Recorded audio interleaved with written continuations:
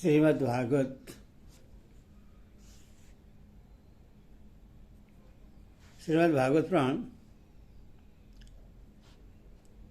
10वां स्कंद 16 अध्याय में काल्य पर कृपा यह कथा आपको सुनाऊंगा। भक्तगणों, आप उसको ध्यान से सुनिए और इस चैनल को लाइक सब्सक्राइब जरूर करिए। कथा श्री सुखदेव जी कहते हैं, प्रसिद्ध भगवान श्री कृष्ण ने देखा कि महाविषधर काल्य नाग ने यमुना जी का जल विषैला कर दिया है। तब यमुना जी को शुद्ध करने के विचार से उन्होंने वहां से उस सर्प को निकाल दिया। राजा परीक्षित ने पूछा, ब्राह्मण, भगवान श्री कृष्ण ने यमुना जी के अगाध जल में किस प्रकार उस सर्प का दमन किया? फिर काल्यनाग तो जलचर जीव नहीं था। ऐसी दशा में वह अनेक युगों तक जल में क्यों और कैसे रहा, सो बताइए। ब्रह्मास्वरूप महात्मन भगवान अनंत हैं। वे अपनी लीला प्रकट करके स्वतंत्र विहार करते हैं। गोपाल रूप से उन्होंने जो उदार लीला की है वह तो अमृत स्वरूप है। भला उसके सेवन से कौन तृप्त हो सकता है? श्री सुखदेव जी ने कहा, प्रसिद्ध यमुना जी में काल्यनाग का एक कुंड था। उसका जल विष की गर्मी से खौलता रहता था। यहां तक कि उसके ऊपर उड़ने वाले पक्षी भी झुलसकर उसमें गिर जाया करते थे। उसके विषैले जल की उथाल तरंगों का स्पर्श करके तथा उसकी छोटी छोटी बूंदें लेकर जब वायु बाहर आती और तट से घास पात वृक्ष पशु पक्षी आदि का स्पर्श करते, तब वे उसी समय मर जाते थे। प्रसिद्ध भगवान का अवतार तो दुष्टों का दमन करने के लिए होता है।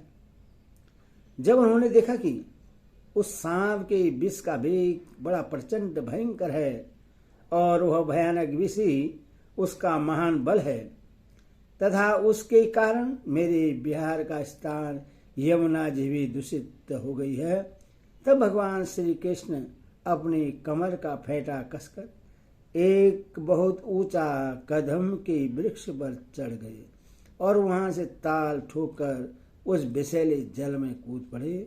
यमुना जी का जल सांप के विष के कारण पहले से ही खौल रहा था। उसकी तरंगें लाल पीली और अत्यंत भयंकर उठ रही थी। पुरुषोत्तम भगवान श्री कृष्ण के कूद पड़ने से उसका जल और भी उछलने लगा। उस समय तो काल्यदह का जल इधर उधर उछलकर 400 हाथ तक फैल गया। अचिंत्य अत्यंत बलशाली भगवान श्री कृष्ण के लिए इस समय कोई आश्चर्य की बात नहीं है। प्रिय प्रसिद्ध भगवान श्री कृष्ण काल्यदह में कूदकर अतुल बलशाली मत वाले गजराज के समान जल उछालने लगे।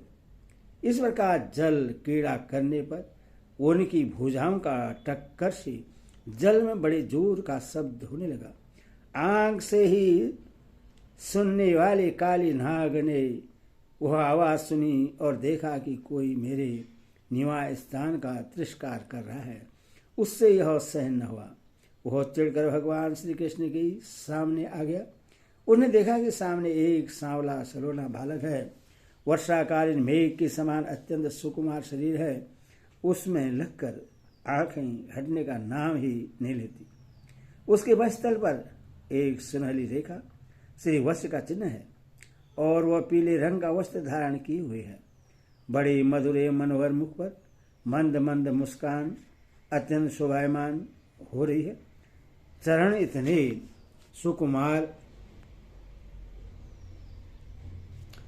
सुकुमार हैं और सुंदर हैं मानो कमल की गद्दी हो।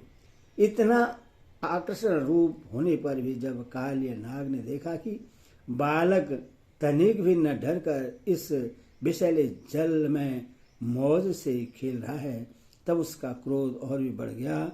उसने श्री कृष्ण को मर्म स्थानों में डसकर अपने शरीर के बंधन से उन्हें जकड़ लिया भगवान श्री कृष्ण नागपाश में बधकर निश्चिष्ट हो गए।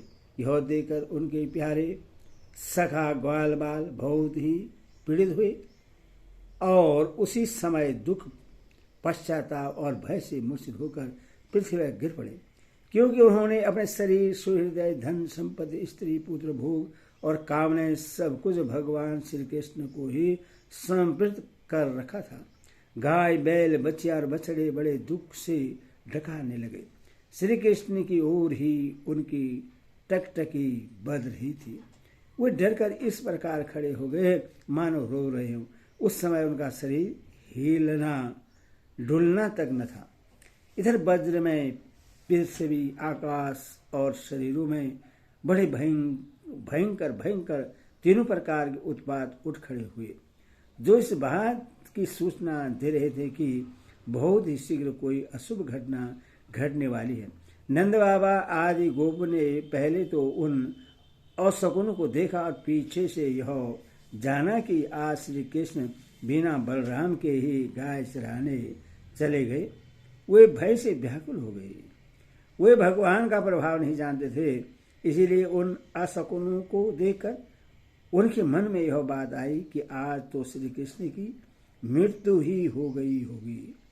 वे उसी क्षण दुख, शोक और भय से आतुर हो गए। क्यों न हो, श्री कृष्ण ही उनके प्राण, मन और सर्वस्व जो थे।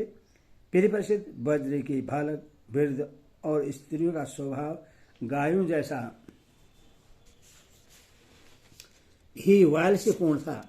वे मन में ऐसी बात आते ही अत्यंत दीन हो गए और अपने प्यारे कन्हैया को देखने की उत्कंठ लालसा से घर द्वार छोड़कर निकल पड़े।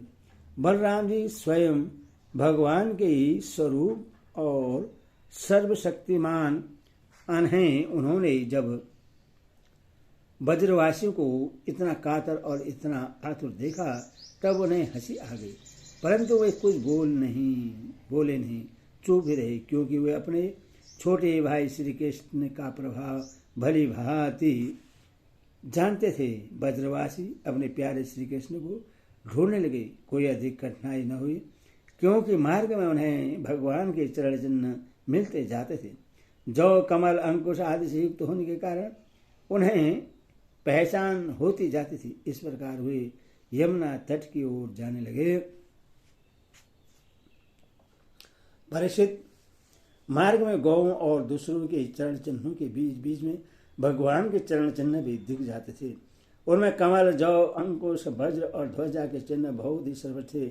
उन्हें देखते हुए वे बहुत शीघ्रता से चले। उन्होंने दूर से देखा कि काल्यनाग के शरीर से बधे हुए श्री कृष्ण चेष्टाहीन हो रहे हैं। कुंड के किनारे पर ग्वाल बाल अचेत हुए पड़े हैं और गौएं, बैल, बछड़े आदि बड़े आनंद स्वर से डकार रहे हैं। यह सब देखकर वे सब गोप अत्यंत व्याकुल और अंत में मूर्छित हो गए।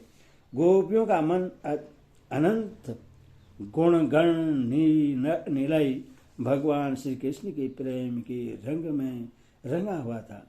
वे तो नित्य निरंतर भगवान के सौहार्द, उनकी मधुर मुस्कान, प्रेम भरी चितवन तथा मीठी वाणी का ही स्मरण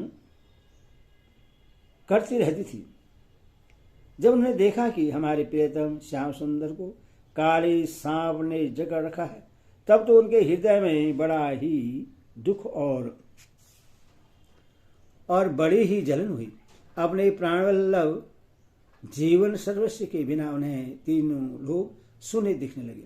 माता यशोदा तो अपने लाडले लाल के पीछे काले दह में कूदने जा रही थी, परंतु गोपियों ने उन्हें पकड़ लिया। उनके हृदय में भी वैसी ही पीड़ा थी। उनकी आंखों से भी आंसू की झड़ी लगी हुई थी। सबकी आंखें श्री कृष्ण के मुख कमल पर लगी थी। जिनके शरीर में चेतना थी वे वज्र मोहन श्री कृष्ण की पूतनावत आदि की प्यारी प्यारी ऐश्वर्य की लीलाएं कहकर यशोदा जी को धीरज से बधाने लगी, किंतु अधिकांश तो मुर्दे की तरह पड़ ही गई थी। पर नंद बाबा आदि के जीवन प्राण तो श्री कृष्ण ही थे। वे श्री कृष्ण के लिए काल दह में घुसने लगे। यह देखकर श्री कृष्ण का प्रभाव जानने वाले भगवान बलराम जी ने किन्हीं को समझा बुझा के, किन्हीं को बलपूर्वक, किन्हीं को उनके हृदय में प्रेरणा करके रोक दिया।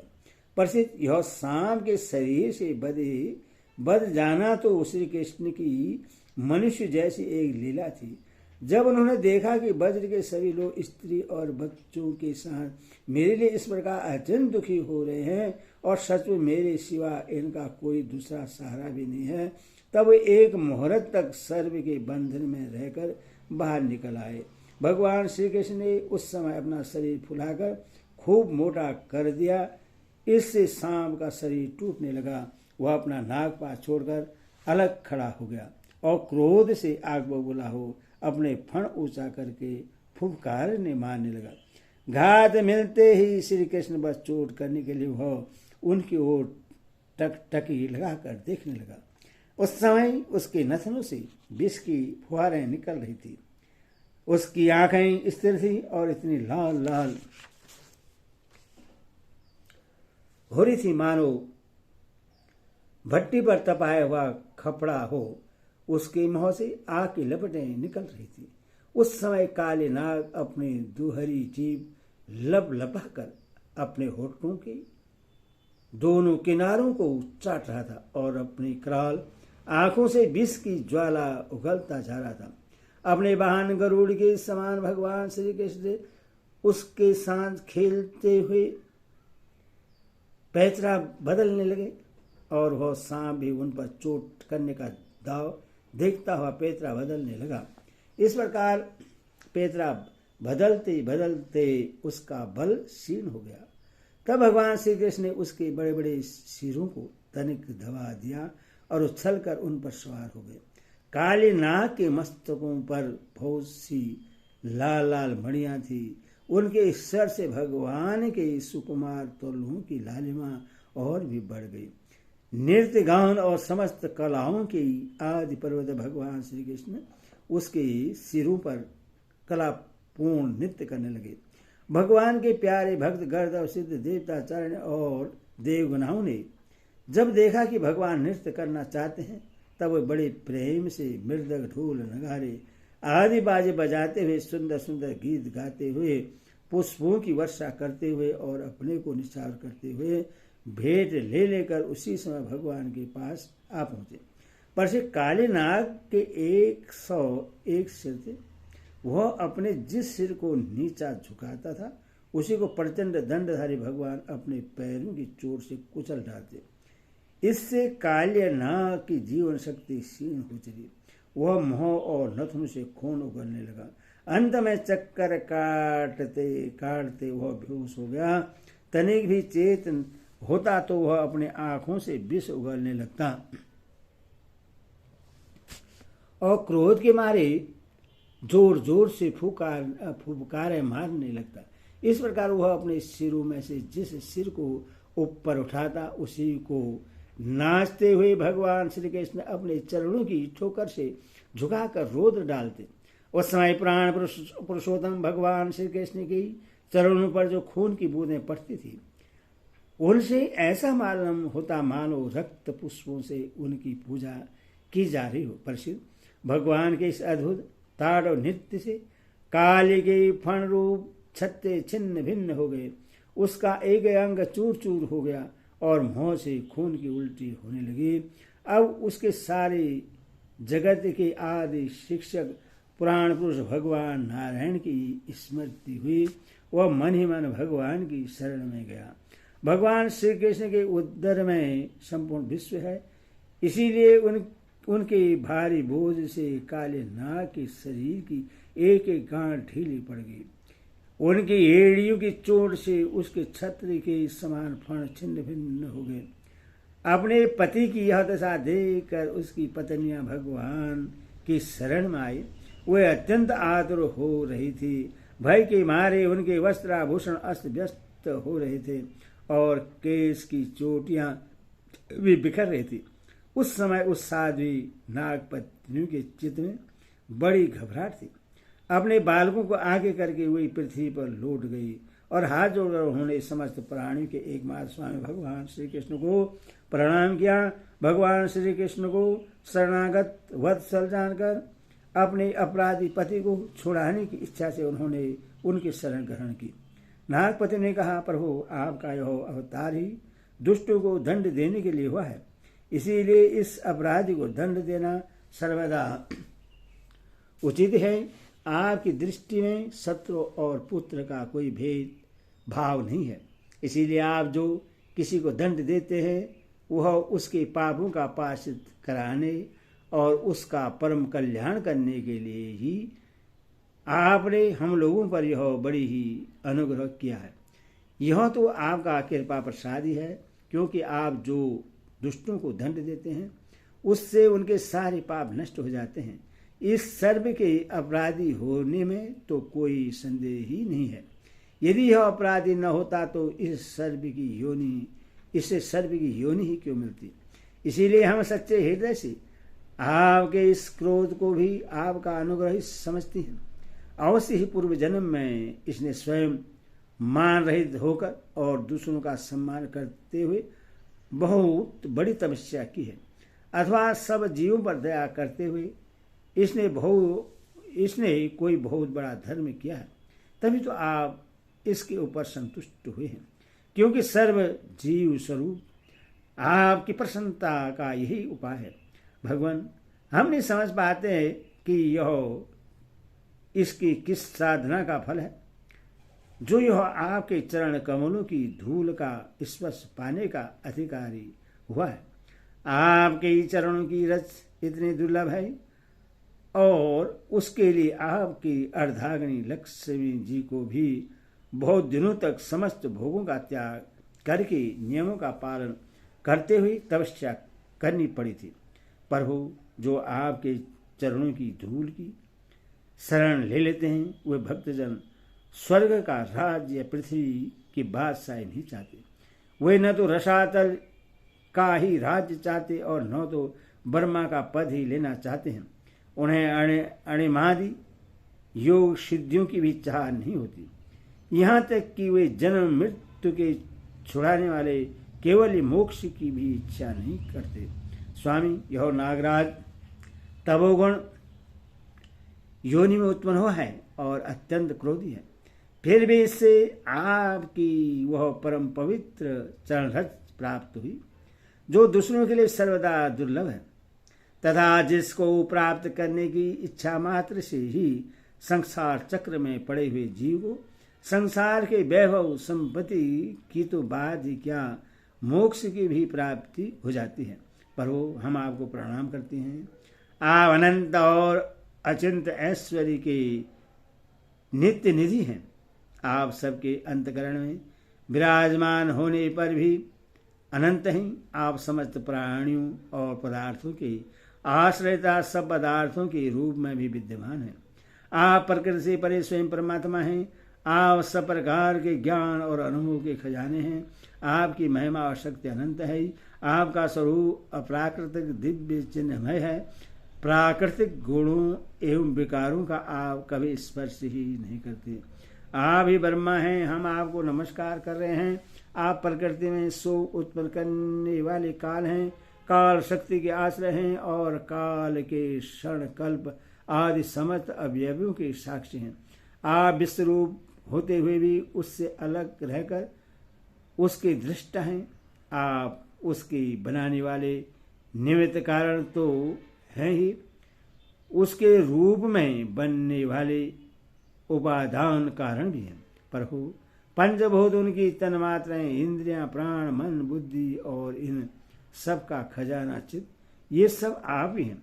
तीनों गुण और उनके कार्यों में होने वाले अभिमान के द्वारा आपने अपने साक्षात्कार को छिपा रखा है। आप देश, काल और वस्तुओं की सीमा से बाहर अनंत हैं।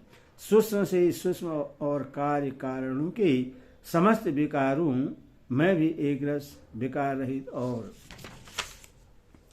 सर्वज्ञ हैं। ईश्वर है कि नहीं है, सर्वज्ञ है कि अल्पयज्ञ इत्यादि अनेक मतभेदों के अनुसार आप उन मदवादियों को उन्हीं रूपों में दर्शन देते हैं। समस्त शब्दों के अर्थ के रूप में तो आप हैं, हैं ही, शब्दों के रूप में भी हैं तथा उन दोनों का संबंध जोड़ने वाली शक्ति भी आप ही हैं। हम आपको नमस्कार करते हैं।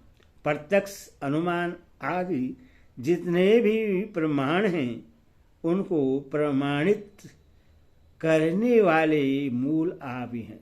समस्त शास्त्र आपसे ही निकले हैं और आपका ज्ञान स्वस्थ और सिद्ध है। आप ही मन को लगाने की विधि के रूप में और सबको सब कहीं से हटा लेने की आज्ञा के रूप में प्रवृत्ति मार्ग और निवृत्ति मार्ग है। इन दोनों के मूल भेद भी स्वयं आप ही हैं। हम आपको बार बार नमस्कार करते हैं। आप शुद्ध सत्यमय वासुदेव के पुत्र वासुदेव, संकर्षण एवं प्रद्युम्न और अनिरुद्ध भी हैं। इस प्रकार चतुर्व्यूह के रूप में आप भक्तों और यादों के स्वामी हैं। श्री कृष्ण, हम आपको नमस्कार करते हैं। आप अंतकरण और उसकी वृत्तियों के प्रकाशक हैं और उन्हीं के द्वारा अपने आप को ढक रखते हैं। उन अंतकरण और वृत्ति के द्वारा ही आपके स्वरूप का कुछ कुछ संकेत भी मिलता है। आप उन गुणों और उनकी वृत्तियों की साक्षिता स्वयं प्रकाश हैं। हम आपको नमस्कार करते हैं। आप मूल प्रकृति में नित्य विहार करते रहते हैं। समस्त स्थूल और सूक्ष्म जगत की सिद्धि आपसे ही होती है। ऋषिकेश, आप मननशील आत्माराम हैं। मौन ही आपका स्वभाव है। आपको हमारा नमस्कार है। हम स्थूल, सूक्ष्म, समस्त गतियों के जानने वाले तथा सबके साक्षी हैं। आप नाम रूपांतक, विश्व प्रपंच के निषेध की अवधि तथा उसके अधिष्ठान होने के कारण विश्व रूप भी हैं। आप विश्व के अध्यास तथा अपवाद के साक्षी हैं। हम अज्ञान के द्वारा उसकी सत्यत्व भ्रांति एवं स्वरूप ज्ञान के द्वारा उसकी अत्यधिक निर्वृत्ति के भी कारण है।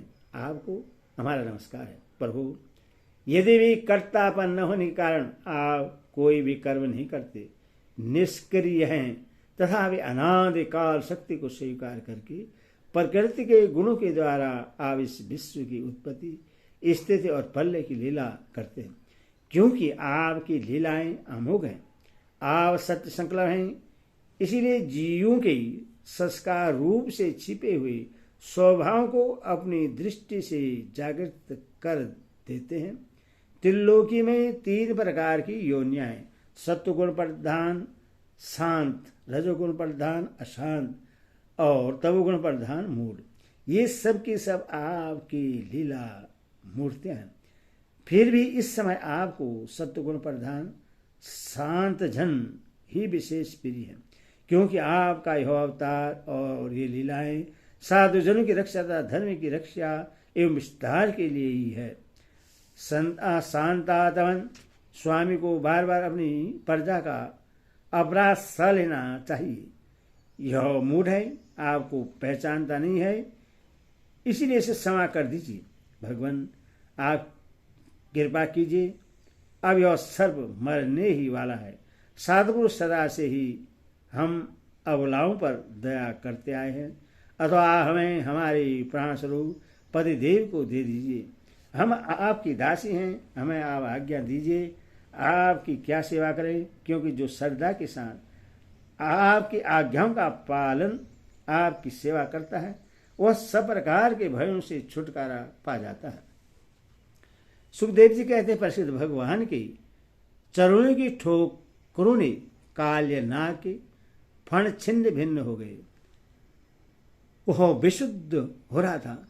जब नागपति ने इस प्रकार भगवान की स्तुति की तब उन्होंने दया करके उससे छोड़ दिया।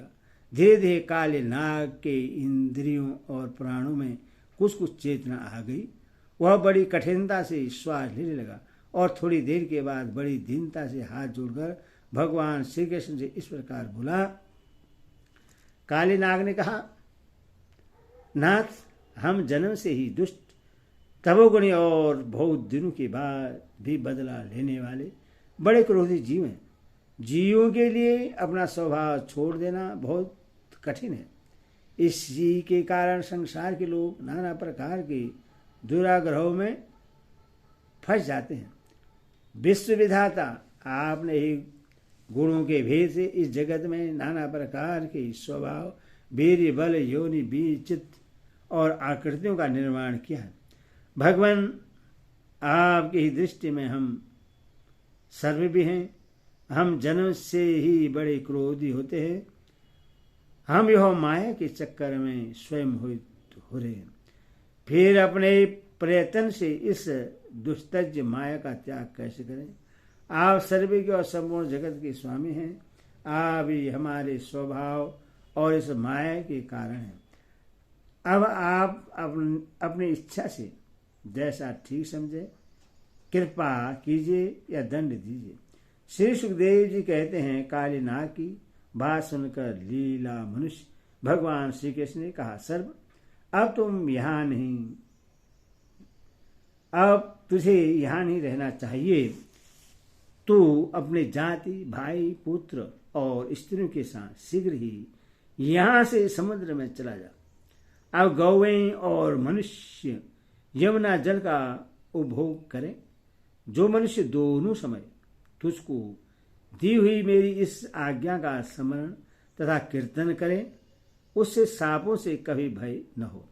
मैंने इस काले दह में कीड़ा की है, इसीलिए जो पुरुष इसमें स्नान करके जल से देवता और पितरों का तर्पण करेगा, वह एवं उपवास करके मेरा स्मरण करता हुआ मेरी पूजा करेगा, वह सब पापों से मुक्त हो जाएगा। मैं जानता हूं कि तू गरुड़ के भय से रमणक द्वीप छोड़कर इस दह में आ बसा था। अब तेरा शरीर मेरे चरण चिन्हों से अंकित हो गया है, इसलिए जा, अब गरुड़ तुझे खाएंगे नहीं। श्री सुखदेव जी कहते हैं, भगवान श्री कृष्ण की एक एक लीला अद्भुत है। उनकी ऐसी लीला पाकर काली नाग और उनकी पत्नियों ने आनंद से भरकर बड़े आदर से उनकी पूजा की। उन्होंने दिव्य वस्त्र, पुष्पमाला, मणि, बहुमूल्य आभूषण, दिव्य गंध, चंदन और अति उत्तम कमलों की माला से जगत के स्वामी गरुड़ध्वज भगवान श्री कृष्ण का पूजन करके उन्हें प्रश्न किया। इसके बाद बड़े प्रेम और आनंद से उनकी परिक्रमा की, वंदना की और उनसे अनुमति ली। अब अपनी पत्नियों, पुत्रों और बंधु बांधवों के साथ रमणक द्वीप की, जो समुद्र में सर्वों के रहने का स्थान है, यात्रा की। लीला मनुष्य भगवान श्री कृष्ण की कृपा से यमुना जी का जल केवल विषहीन ही नहीं, बल्कि उसी समय अमृत के समान मधुर हो गया। हरि ओम तत्सत्।